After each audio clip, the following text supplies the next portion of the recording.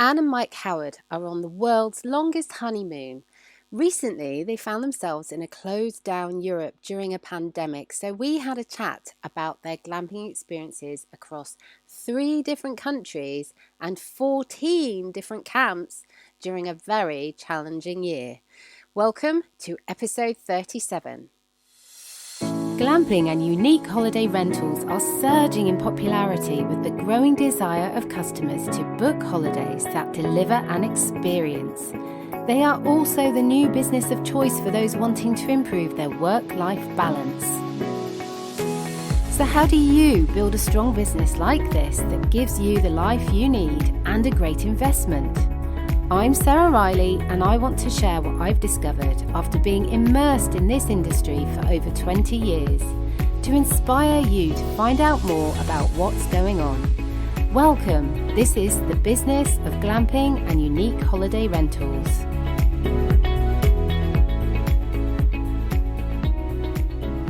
Hello, and thank you for joining me again. It's fantastic to have you here. Today, I'm sharing with you an interview, a chat more than an interview, an informal chat I had with Mike and Anne of Honey Trek. Now, Mike and Anne are friends of the show. They were in episode 20, if you want to go back and check out that first episode with them. They are the most amazing, energetic couple. They are lovers of all things camping and glamping, and they seriously are putting the work in.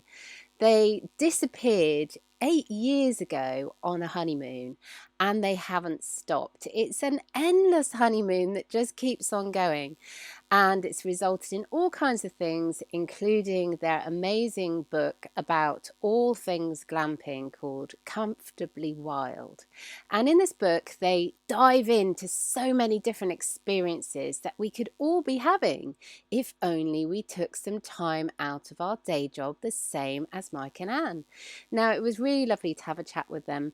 And they are in LA at the moment, although they have been all over the place.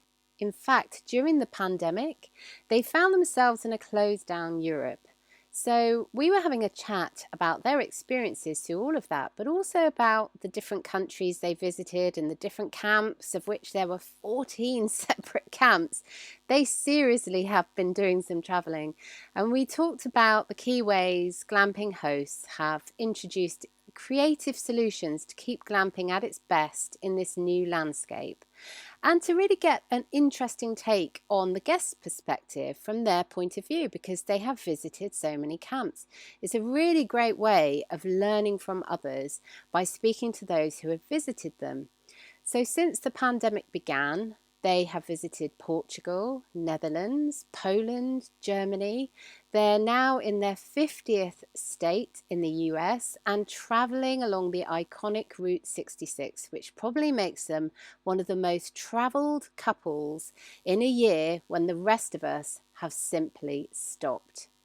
So this is a really lovely informal chat that we had while they were based in LA. In fact, they had the Hollywood sign just behind them. It was crazy, just off camera. So you're really going to love this one. They've got so much energy, as I said. They're really passionate about everything to do with camping and glamping, and it is such a pleasure to have them on the show. In fact, if you go over and check out our links over on Instagram, you will find that we are doing a book giveaway from the couple who kindly gave one of their lovely books for a lucky follower of our Instagram channel. So all the links are in the show notes as usual. That's inspiredcamping.com/037, as this is episode 37. Enjoy, and do please leave a review on the podcast. Love to have your views. Also, if you have any questions for Anne and Mike, go on over there to Instagram, fire away. They're the most friendly couple. I'm sure they'll be really happy to speak to you. So without further ado, let's hop on over to our chat. So I wondered if you were Airbnb-ing it or something like that as you're going around, but you're in family home, family territory. We've made it back. This is the first time we've seen her family since January, like before the pandemic. We left on our road trip, not our road trip, but we continued. We went down to Baja, then we got stuck in Europe, and then drove across the US, but we haven't seen anybody in our family since January. So it's been, And what a crazy year it's been. I mean, we spoke and you were stuck in Europe. And how did that go? I felt really worried for you, actually. So how did it all go?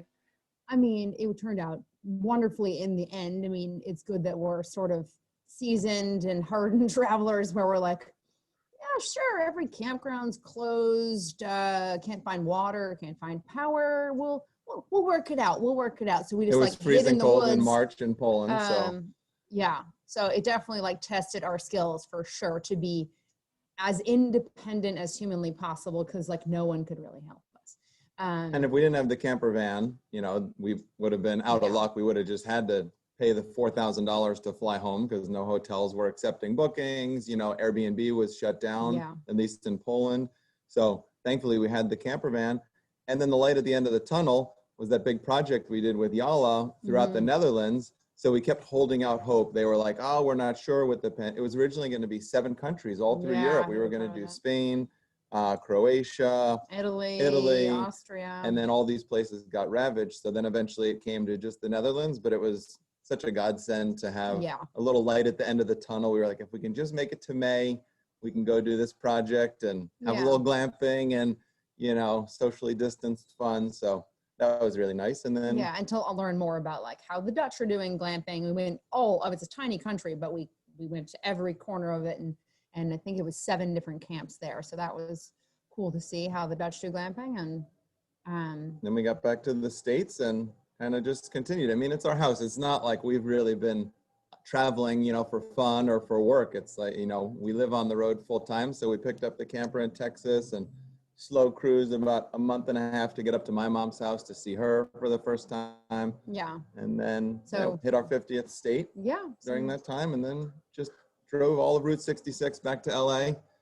And that's kind of where we've landed now. So you were in Buddy, yes? Your camper van, is that right? Yep. Did you miss him while you were in Europe?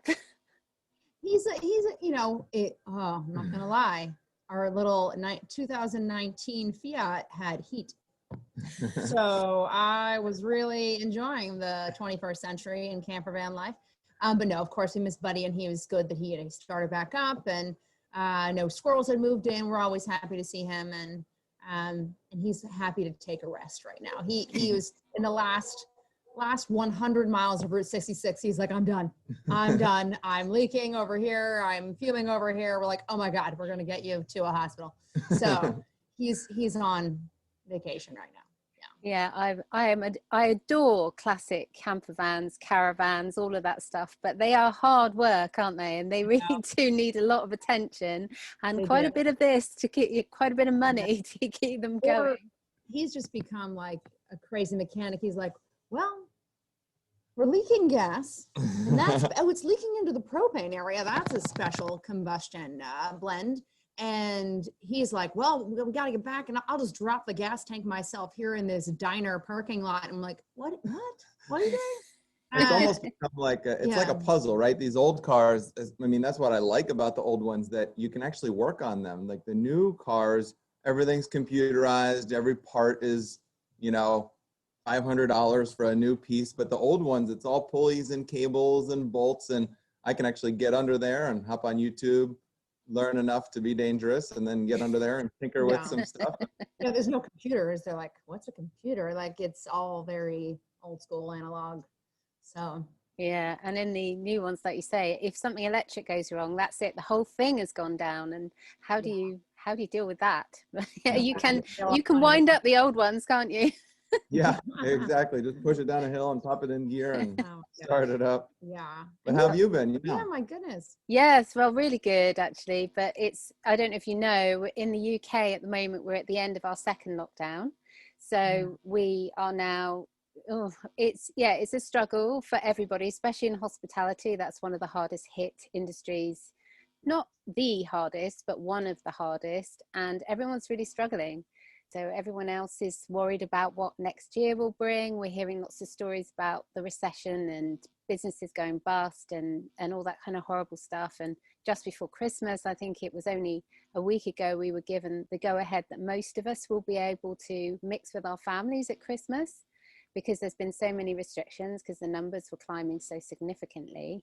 So Yeah. it's really quite a big deal.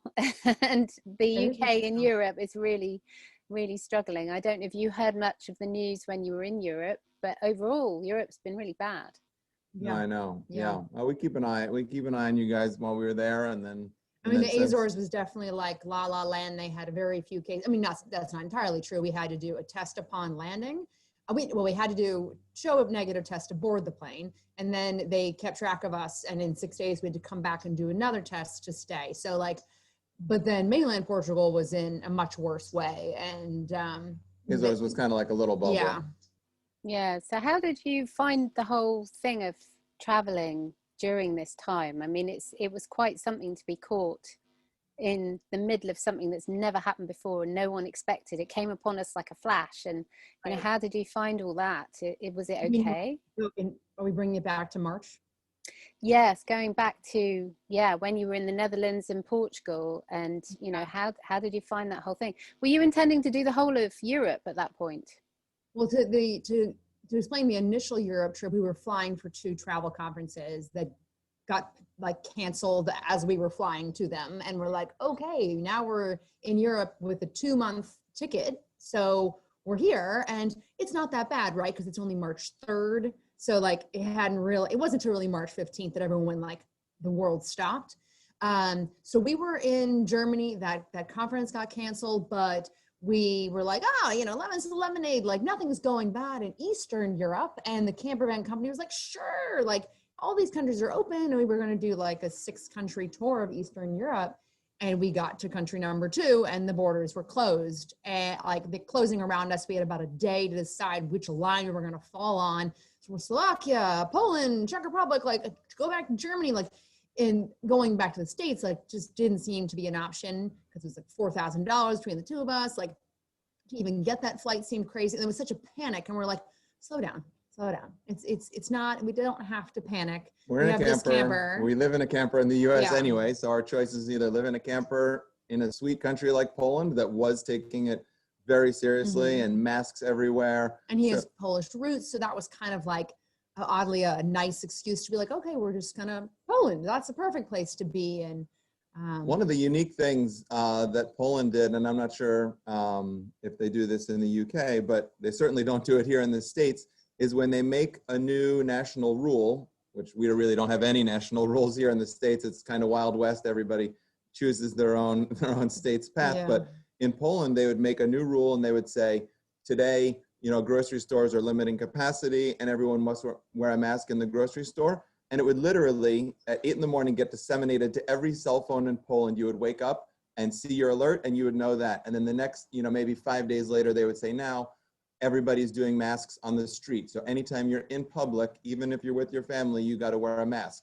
You'd get a text, we'd wake up and everybody would do it. You'd walk down the street and like the mechanics and the, random kids, teenagers were all masked up. So everybody really followed the rules. And it was nice how they just disseminated it via text. There was no like, go to this CDC website and decipher some code. It was just showed up and it said, wear a mask to the store or wear a mask in the park. So it was nice that it was very clean and simple. We obviously had to use Google Translate to figure those things out, but it was a helpful way to pass the message along. Yeah, thank goodness for Google Translate. Eh? Yeah. What would we do without it?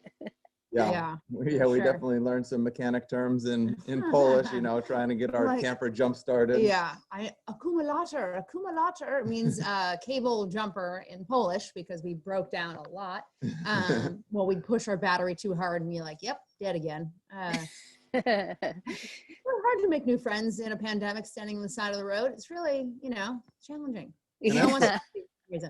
As for flights, like just to kind of get back, I'm sure a lot of your audience and just people in general want to know how it is flying and traveling, the way normal people do, where they don't live in a camper van in the woods in Poland, but taking flights, which we took one flight back from Poland since the pandemic started from Europe. And then we just recently got invited to help the reopening of the Azores.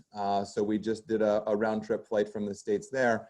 And so we've kind of seen like Europe in the pandemic from March to June, and then again in October into November. So like, some things did change. We all have like evolved in some ways, and then other ways where we haven't changed a thing. Yeah, and I would say, well, the caveat is we weren't traveling for fun really either time. Both were, well, one was pandemic, like we need to get out of Europe because our Schengen visa was expiring, and then the most recent one was for work, because Honey Trek is how we make our living, and we were helping with the tourism board there. So both were for work, so we don't recommend people going out on, pleasure flights quite yet, but it was surprisingly safe. I mean, 100% of people in the terminal, on the airplane, is masked up completely. Every plane we get on, usually they give you a little kit to sanitize your seat and your whole area there. What are some other interesting things? We got tested actually before we flew to the Azores, and I know a couple other airlines are doing this. We needed to bring a negative test to the airport. We needed to get tested within 72 hours of our flight. And then in the Azores, once we landed, if we were going to stay more than 6 days, we needed to get tested again locally and prove to the government that we were negative. You came back positive, they would quarantine you on the island for 14 days. But thankfully, we were negative. So then we were able to stay. We ended up staying for about 18 days of exploring there. And there was some interesting, we did some great glamping in the Azores, and it was a property that was just about a year old called Caparica on the island of Terceira. And it was very cool. They were kind of like the sort of hybrid treehouse mod cabins, working with the hillside, stilted cabins. And they were really, really lovely. And it was just kind of set back from the sea in this nice valley going up this very volcanic island. So, super eco-friendly too. Yeah. Like they had solar there, rain catchment. They were growing a lot of their own food on site, which the Azores is just amazing for agriculture and vegetables and dairy. They're huge. Yeah, I love that the whole bedroom wall just slid open into the forest on this side, and then it had a fantastic balcony overlooking the valley and the sea. And it was it was quiet. Like there really weren't many guests at this time because there's so many flight restrictions and whatnot. So we saw it in a super quiet state, but it was nice to be able to support them and help. Absolutely. And just feels like, still, glamping as much as has as has fared better than most of every other piece of hospitality that's out there. So, and even to the point where I thought this was so interesting in the Netherlands was that when we were there, this is back in May, and pretty much everything shut in April. But then as they were starting to roll things back out, like who is allowed to open? This is too extreme to keep every, accommodation closed. We need to start reopening. And glamping was one of the first to reopen if you had a bathroom. So that was the caveat. They didn't want, hotel rooms had their problems of shared hallways and elevators, but glamping had their problems if there was a bathhouse. But if you had private bathrooms, you were ready to open way before everybody else. So that was exciting to see that there was a way and a path for glamping to move forward, and maybe something to think about if you are a property owner is that you never know what's going to happen anymore. And as independent as you can make your units, like having your own bathroom, having some way to cook for yourself will keep you out of trouble, I think, with, unpredictable shutdowns. So how do you think people like yourself who are tourists traveling around, did you see people making any significant changes to what they were doing? As far as property owners or other tourists or locals? Other tourists. I'm sure that we'll talk about the property owners in a minute, but other tourists, did you see them? Did they look afraid, or were they doing certain things, certain behaviors in the campsite, glamp site kind of situation? Or did you? The only people who weren't from that country in all of Europe round one. True, but there'd be local. There was local tourists in all the places we went, not obviously in droves. And I think people never seemed scared. People might be a little bit more trepidatious about interactions, so everyone kind of, it's actually pretty chilling, and that just everyone understands that there's a risk. They're out there, they're exploring, they're supporting these local business owners, but they're not, right next to you at the check-in counter. Everyone gives each other well more than the 3 meters or 2 meters of space that's required. It's more like 6 meters of space. And when you're outside, if somebody's by the pool, it's like, okay, we'll come back later. We'll let that person have the pool all to themselves. They're not lining up. There's And definitely a new set of rules for just like common courtesy. People are just giving that much of a wider berth to say, let me give you your extra space. But that said, we've also driven around 24 states this summer. Yeah. Because to explain, we have a camper van as our place of residence, but it's a house on wheels that's always moving. And so we figured, hey, we can't leave the States this summer. Let's finish out our 50th state. So we did a whole journey through the Great Lakes, where our missing states. So Minnesota, Wisconsin, and Michigan, and then North Dakota, all added up to our 50th state. And it is very different state to state. Like the U.S. Mike was saying, it is very Wild West, and governors are having to make calls that a president should be making, but where they're having to figure it out themselves. And each state has been wildly different. Like I would say, a state like California is like, no question, absolutely every person in the state is wearing a mask. even on the street. Oklahoma, it seems like they have no idea what's happening. Like it's like the word hasn't gotten out that like, we even overheard a conversation that was horrifying because we quickly went into a library, and we've been to a number of libraries because it's felt very safe. There was always rules about how many people could be in there. They had, taken away 50% of the chairs, and we would just, we had to upload a video. So we went in the library quickly. No one was wearing masks, and including the lady checking in the books. And the lady behind, who was an elderly lady behind the desk, she's like, "Oh, well, there's just something going around." I'm like, "We're in an episode of The Twilight Zone. We need to leave immediately." And so it's pretty amazing, like the different reactions state to state. So I put that into your considerations of where you travel and what the local rules are always, because you want stricter rules because people are going to fall away from them anyway. So you want to go for stricter the better. But we haven't seen any glamping properties. We've glamped about 14 or 15 times since the pandemic hit. And we haven't seen a single glamping owner that hasn't been taking it so seriously. Yes. And also the guests, like every guest, I mean, what she's talking about in Oklahoma, like, random gas station interactions where people are going to make their own choice. And I'm sure in Europe, the same thing, like some people are going to choose not to wear a mask because they don't want to believe it or they want to fight the system. And you can usually avoid those people, but all the glamping properties have been so good about cleanliness. And so that side of it. And made some interesting changes. Like, so places that we know from, we wrote Comfortably Wild, and this was, released in fall 2019. And fortunately, glamping, as you know, like had this social distancing component that we didn't all see as a benefit, that we're like, wow, glamping has so many benefits, but none of us would have used the word social distancing as one of them in 2019.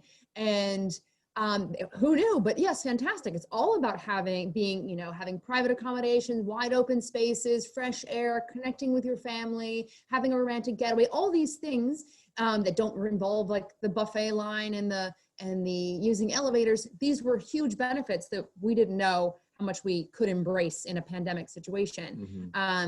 But even still, like say for example, our friends who run Firelight camps in Ithaca, who are featuring Comfortably Wild, we looked at how they were handling it, which was really exciting. And it was a very social place, right? Before they have a big fire pit, everyone gather around every evening. They did music one day a week. They'd bring in food trucks, and they do a great buffet in the morning. They were like, well, we don't want to change the spirit of glamping. We're just going to have to adjust, right? So now that fabulous breakfast they do is a breakfast delivery that goes to each of the cabins. The lovely inviting fire pit they have, they invested a bit more and got individual fire pits for each of the tents. So those two wonderful things that they did could continue in a safer way.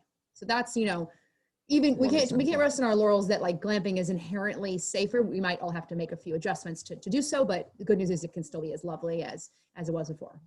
It's really interesting. We're calling it the 2-meter economy. So some businesses are able to cope with the new restrictions of the 2-meter economy and they're flourishing, and others really are not. And those are the ones that are really struggling at the moment. And they need to pivot and change. Otherwise, they will probably go out the window, because the pandemic's going to stay around for a little while, even with a good vaccination that is safe and people are happy to take.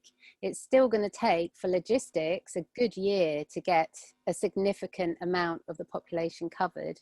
So it's in people's mind too. Like it's not gonna, even if it is like totally eradicated in your mind, you'll still be like a little thinking differently about where you want to eat dinner and where you want to travel to. So I think it'll be lasting, that the mental side of it. Yeah, absolutely. And Actually, one of the things that we're a bit more worried about than anything is how is this affecting our children? We were having a discussion this morning about, are our children, rather than, you have the baby boomers and you have the house boomers, those people who benefited from the economy of houses increasing in value, and now you've got the children of the virus. How is this going to affect them as they grow up? Are they going to have more anxiety? Are they going to make different decisions about what they do in the future for their luxury time, their holiday time and leisure time? How is that going to change things? And I think we need to be thinking about the future, and what you're doing through bringing the attention to glamping is fantastic, I believe. And yeah, your book as well. And I was just wondering if there was anything that you've seen in the industry now in terms of people becoming interested as hosts. Are you seeing more people kind of rushing to find more information from you about how to set up in the US and other places? Is that something you've sensed? yeah, we actually did start a glamping consulting side thing because people were asking us about it, and our focus is less on permitting, and that's not in our realm, but the fact that we stayed at like over 200 different glamping style accommodations, and we have a good wrap around, our heads wrapped around like the guest experience and little differences that can make huge differences, little changes that can really impact. Will you book again? Like what made it a memorable stay, and down from like the layout of a place to like the little details next to your pillow can all kind of add up to people going, that place is absolutely unforgettable and I want to come back and I want to spread the word to my other friends. So we've started doing that for more budding camps. So we've actually had multiple clients, to like get right to your question. Like we've had multiple clients that were either working in San Francisco, or one was working a job in Austin, but flying, I think he was flying to Washington and like away from his family for every single week on business. And both of those clients were like, we just need to, it was all since the pandemic, they were like, we just need to kind of get back to our roots. Our family has this piece of land. Another one, the one in Austin, actually went shopping for land, and they're in the middle of building a camp because both of them, even though they still had their jobs, which many white collar workers were able to work remotely, but just the stress of it and maybe the fulfillment wasn't there, or kind of woke them up that, hey, maybe now is a good time for a switch to try something new, maybe a new challenge, or maybe something I've always wanted to do, or maybe to get back to nature and back to the land and not be doing this rat race just to make money and buy a bigger house and try and build my 401k. And so I think, and we've been hearing a lot more stories than these two that we've felt personally, but it's definitely there. It's definitely a real shift in the mentality, I think, of what people are doing. So they are getting into glamping, and we've met a few people through Hip Camp. We've done some Hip Camp stays this year, and a few properties there that were new since the pandemic, as we're driving around the country, and people are like, well, I'm home now, so I can keep an eye on or I have all this land once again, I have and this huge how do barn, and make one use guy of was it? turning his barn into a wedding venue, and he's like, I think, I don't know, top 5 most popular ones on Ohio, and he just launched like within the last year. So people are definitely seeing it as an opportunity. Well, as we know, with cities, many people, we used to live in New York City, and we went back recently, and half of our friends are gone. They just literally have upped and left. So, because they don't see the future in it, or even if they don't want to put themselves in that situation. A lot of our friends have just recently had kids and that kind of thing. So maybe they were on the cusp of that anyway, but clearly it all got sped up because why wait around? Now is the time to get a little more space and have, a yard and that kind of thing, and be closer to nature. So I think there's a real benefit that while we know it's going to take a while for the New York City hotels to come back, like people still want a vacation, right? So, but they're not going to cities. They're looking more into this huge potential in agritourism, and just, even that one cabin on a property now has a chance because it isn't, people don't want the community vibe right now. I hope they will. I love that about glamping. I think you bring like-minded people together, and there's still a way to do it because you have enough space to yourselves, and there's still a way to safely do that. But even the one-off glamping camps that just have the individual unit have a real chance of success because privacy is paramount right now. Yeah, absolutely. And you were touching on there about the guest experience, and really that is such a big part of it, isn't it? And that, I think, will probably whereas maybe some of those businesses that haven't been offering such an amazing service, when things calm down a little bit, so they've been filling up because of the panic about having holiday, but when things do start calming down, that's where they will lose out, when we have lots of competition coming in, people wanting a lifestyle shift like the person you were speaking to, and all those kinds of things are going to change how businesses and hosts in this industry need to be responding. Absolutely, the guest must come first, without doubt. And when you were traveling around, did you pick up any specific kind of tips that you thought, wow, now that's really inspired and wowed me as a guest? What did you experience that kind of gave you that moment? It's always thoughtfulness. I've always said, like, thoughtfulness is the new luxury, and to feel really taken care of as a guest. And we stayed at one that was just, it was quirky, right? And we didn't know what we were kind of getting into, but it was so passionate. This is in North Dakota, which doesn't do a lot of glamping, but they had just opened up on, it was a historic fort, the Fort Seward from the 1800s, and the, you know, soldiers had set up there to protect the railroad, and then they took the camp with them like 140 years ago, more. But there's a passionate group of people who were like the Fort Seward Historical Society that wanted to keep the memory of that place alive, and they always had a little museum, and they do reenactments, but they thought, you know what? And then had the canvas tents that the soldiers used to be in. And that's not, but not for staying in. Not for staying in, but then really, like, the Sibley tent is, you know, has roots in, the military would use, very similar to what our glamping tents, and so they had historic glamping, and they really did it so well. And it was, they had the cast iron, pots to cook on, and they had the lanterns. They even had straw rope beds. I was like, wow, how's that going to feel? Like, the mattress was made of straw, wrapped with cotton, and then the bed, when they say, like, tighten, what are they, church key, or what's the? Oh, what is that expression? When you tighten your bed. What is it? Good night. Sleep tight. Sleep tight, right?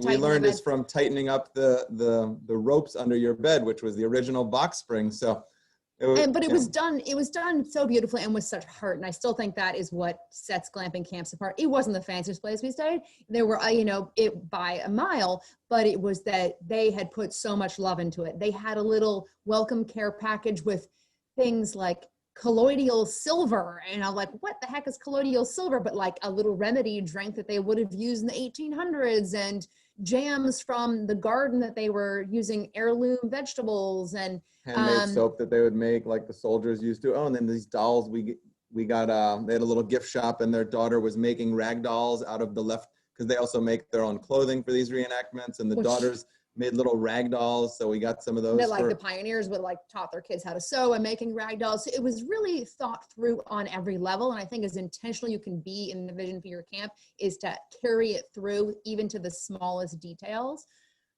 So we were really struck by that place, and they were just getting started. So we had a really nice chat with her for some ideas on how to grow that out and get the word out as well. So yeah, I think still thoughtfulness is what's going to keep people apart. Because we know it's not just about fancy beds, it's about how it makes you feel when you're there, and if it was designed with the guest in mind.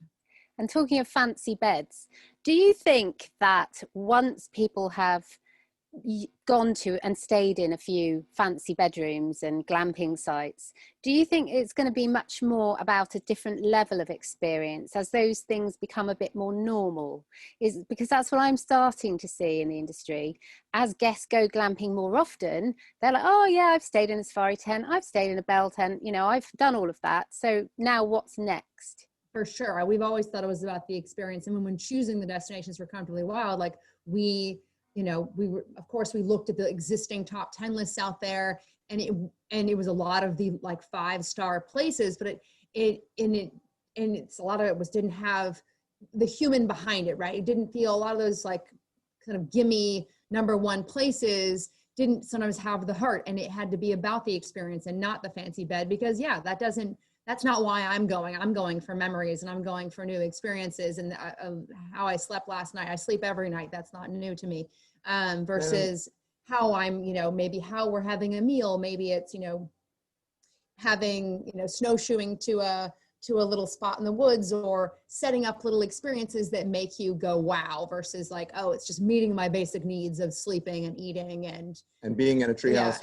Yeah, like I did that it can't once. just be about the structure. I don't need to go to sure. a treehouse again next year and like tell that same story to my friends on Instagram or my family on Facebook. But maybe if you zip line to that treehouse, it would be a different experience. And another thing, aside from the story, which it is very important to have that experience, to have that connection to the owner. We love when the owner is on site. Maybe we meet them once or twice throughout. That makes us feel really connected to a place. But the other thing, which a lot of camps overlook, is having fun activities on site. Because everyone thinks, okay, I'm going to build this glamping camp and it's going to be amazing because it's got a safari tent. People are just going to keep coming. But the places, to us at least, that don't have those activities like the hikes or a few lawn games or even a little scavenger hunt for the kids around, or a guide in the room of what to do nearby, that just rest on their laurels. A guest might come once, but they're not going to come back again, or they're not going to bring their friends back. To me, I love the activities that you can do around a property, small hiking maps, or a little fishing rod and a pond that you can go to, just little things to pass the time and make it more than just a photo of you in the tent and that's it. Yeah, and that, you know, you as a glamping camp owner are a local, and there's always something in the whole travel world, which, you know, glamping is a huge piece of our world, but we've always kind of been in a global travel circuit of travel writers, and local has always been, you know, that local insider perspective. You are a local if you own a glamping camp, and what are the favorite things about where where you're from in that area, and that you could share and to give your guests that insider tip? Because, you know, sometimes guests have a vacation brain and they're turning it off and they don't want to work that hard to find the fun stuff to do. You have to make it easy for them, and sometimes it can be really basic things. It doesn't need to be go to the water park down the street like that. They could probably find any brochure, but think about what you love about your area and sharing that with your guests, even if it's something as small as like a specific market that makes you happy to do their provisioning, or secret surfing spots. Cool tree that's like the best tree ever that makes you feel good and it's perfect for photos and just hanging and having a picnic. It could be very basic like that, but I think still sharing a piece of always be sharing a piece of your world with your guests, and it will remember your place as unlike any others because it will be a reflection of you. And that special tree, one tangible or another tangible, hopefully, takeaway is to have a map of your property showing all the tents. And some people do it, but like Ann said, that special tree or the lookout spot, the best place to watch sunset, or this is the open field where you can set up your blanket and watch the stars.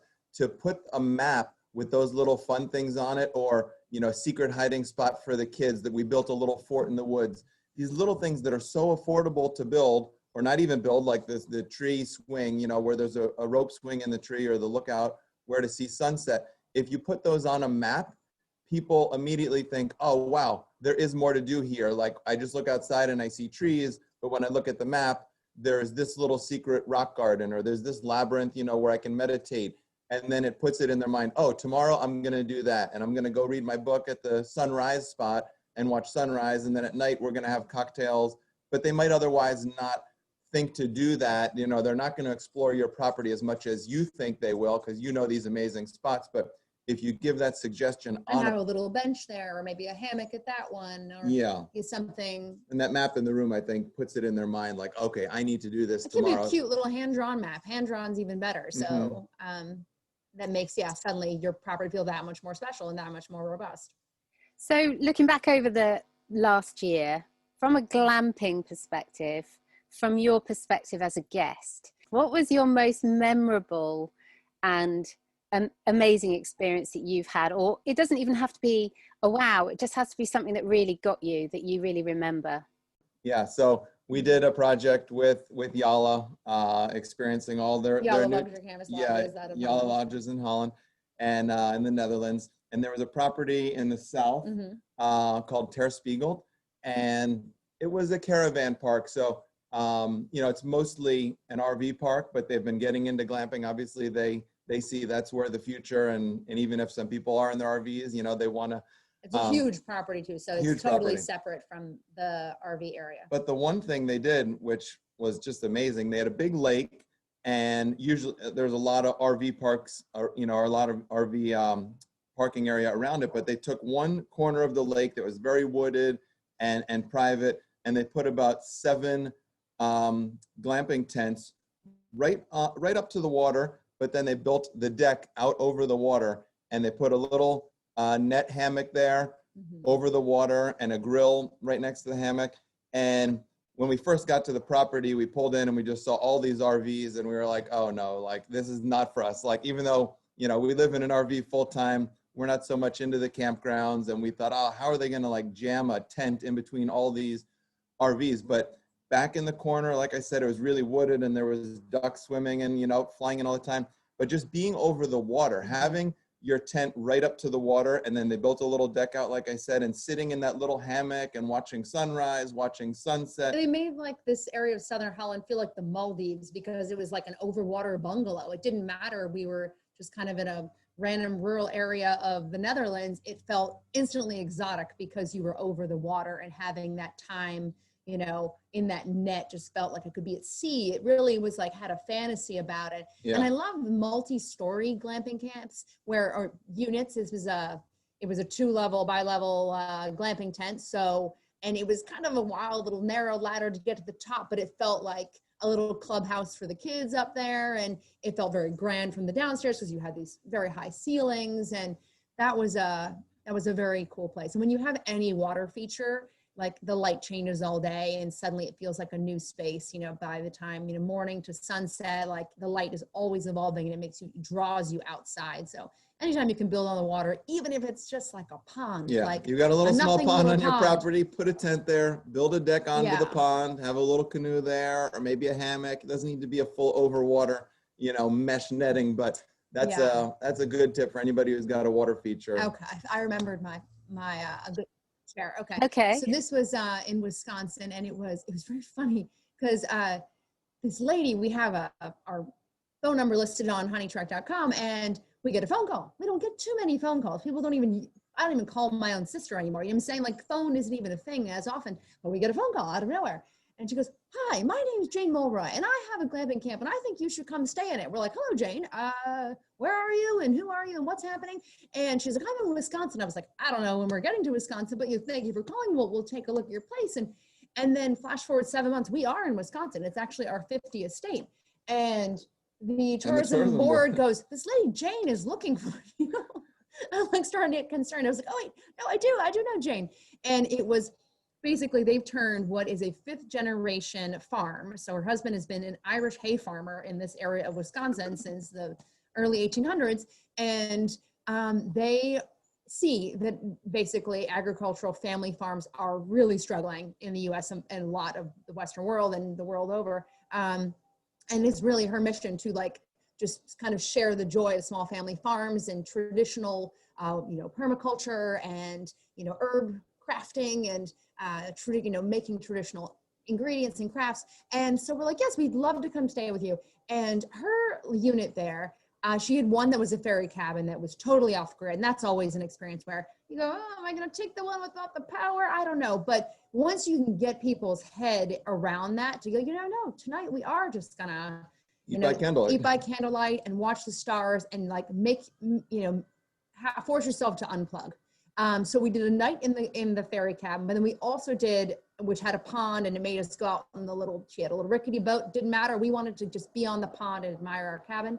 But then the second, which I thought was very cool, if you have a farm or you have a greenhouse, it was her other room just opened right into the greenhouse. So like when you were in the morning, you were just like, I'm surrounded by this vegetables and it's warm in there. And I would gather our little, veggies and fruits for our meals. And it was just so cool to have that experience immediately attached to our glamping cabin, to just like open my door and be in a greenhouse. So those were both very cool things that she had at Mulroy's Irish Acre. And just so much heart. It's so much heart there. So that's you in the past year. So what now about the future? What have you got ahead of you? What are you doing? Are you thinking about any other books, or are you doing any more stays, or are you just going to hunker down for a little while and just see this one out and see where it will go? This is a great mystery, but at the same time, I do think, we all have an opportunity in travel to go, okay, how are we going to rebuild, right? If we are going, the tourism that's going to survive this is going to be, it has to really be thinking more about the environment and the planet and the community in a more sustainable way. And I think there's a real opportunity there to build back better. And I know this is a mantra you have as well, and so I fully support you in this. And you know, say, we've been working with some travel bloggers to try and change the message there, change the way that people work with tourism boards and operators, and kind of demand more from them environmentally. You know, so to try and be better as storytellers and sharing. He's seeking that. And you know, I know he's a friend of yours as well, with David Leventhal with Regenerative Resorts, and is, you know, we, in a chapter of Comfortably Wild, we tried to have the whole book be about sustainability, but there are places who go beyond just kind of having minimal impact, but instead improving the communities, improving the land, and, you know, this concept of regenerative travel. So, you know, thinking about who is doing that and how we can help more people think that way, rather than just kind of popping up something and as quickly as possible to do things with intention. And because if we saw anything with this pandemic, is that, like, Mother Nature was like, I am giving you all a smackdown. Like, you have been so badly behaved. You are just crowding in spaces, and you are not caring for the planet. And the second everything stopped, the sky got bluer. Animals were coming out for the first time, that, you know, in areas that they hadn't. And we really, hopefully we all took that to heart, to go, wow, look how beautiful the world can be if we treat it better. And so I thought that was amazing how quickly we all got on board and how quickly we saw results. So I want us to remember that time in spring of 2020 to go, how blue was that sky? Like, how nice was it to not have so many cars running around? And let's keep it that way. And keep it that way. Oh, you took the words right out of my mouth. That's perfect, because absolutely, just seeing those blue skies, it was a memory that will stay, and I want to see that again. And so we need to be making better choices about how we spend our time, don't we? And there's some really interesting courses doing the rounds at the moment around sustainable tourism and over tourism. So maybe I'll share a few of those links. If you wouldn't mind sharing some of the links to the glamping sites that you talked about there, that'd be fabulous. And I'm sure that everyone will have lots of questions for you. Are you going to be doing another book? We shall see. Maybe an update to Comfortably Wild in a year or two. We also, because we wrote Ultimate Journeys for Two, basically in the moment that we finished Ultimate Journeys for Two and started Comfortably Wild, they literally overlapped. So writing books for 5 years in a row, we're like, you know, we're just gonna kind of see what opportunities are out there and kind of grow our side businesses, be it some of the glamping consulting and glamping photography. That's been really fun. We've done a number of projects around that where we help, between our social media, which is pretty big, and our photography, which Mike is very good at, help camps kind of get the word out. So that's been fun to do, some of the consulting, but also just some of the guest experience stuff where we stay, we photograph it, we do a social media storytelling around it. So that would be intriguing. And if any, you know, people in this world are interested in that, reach out to us about that, because that's fun for us and made a difference. Yeah, absolutely. I've been telling people about how to work with influencers like yourself, and it's a fantastic way of really hitting the ground running if they're launching a new business or if they're trying to wake up a tired business. And I think that that's a really good plan. It's been so lovely chatting to you today. Really amazing. Thank you so much for sharing your insights with everybody. Yeah, always lovely chatting with you, Sarah. And yeah, no, keep up the good work on your end as well. And I do think, like, we are in a good space, and it's a really rough time for everybody, but, you know, we should be we realize how fortunate we are that glamping is, you know, on the rise more than ever, and with all the good reasons. Let's get those kids outside, right? We all know about screen time, and, you know, especially now everybody's watching Netflix and kind of in their little bubble, but like, do classes outside, go to the glamping camp and do your wilderness training out there for your kids, and just get them outside in the trees and enjoying nature and learning to love it as much as we all did growing up outside. So absolutely. And we all know that if you love something, then you'll work hard to protect it. Thank you so much, guys. Lovely to see you today. Yeah, thanks for having us on. Thank you so much for joining us, and to Mike and Anne for keeping us inspired about all things glamping, and inspired camping. This is what we love. This is what gets us fired up, and so nice to have someone else who talks about it in the same way. So everything that Mike and Anne mentioned in the interview are in the show notes, so do hop on over there to inspiredcamping.com/037. So there's plenty more inspirations where that came from, more things due on the podcast, got some really exciting interviews lined up. So do please subscribe, leave a review, let me know what you think.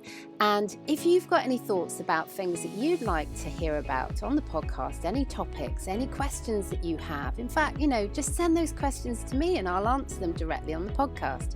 I'd really love to hear from you, get your feedback, hear your reviews. So make sure you come back and visit us again soon.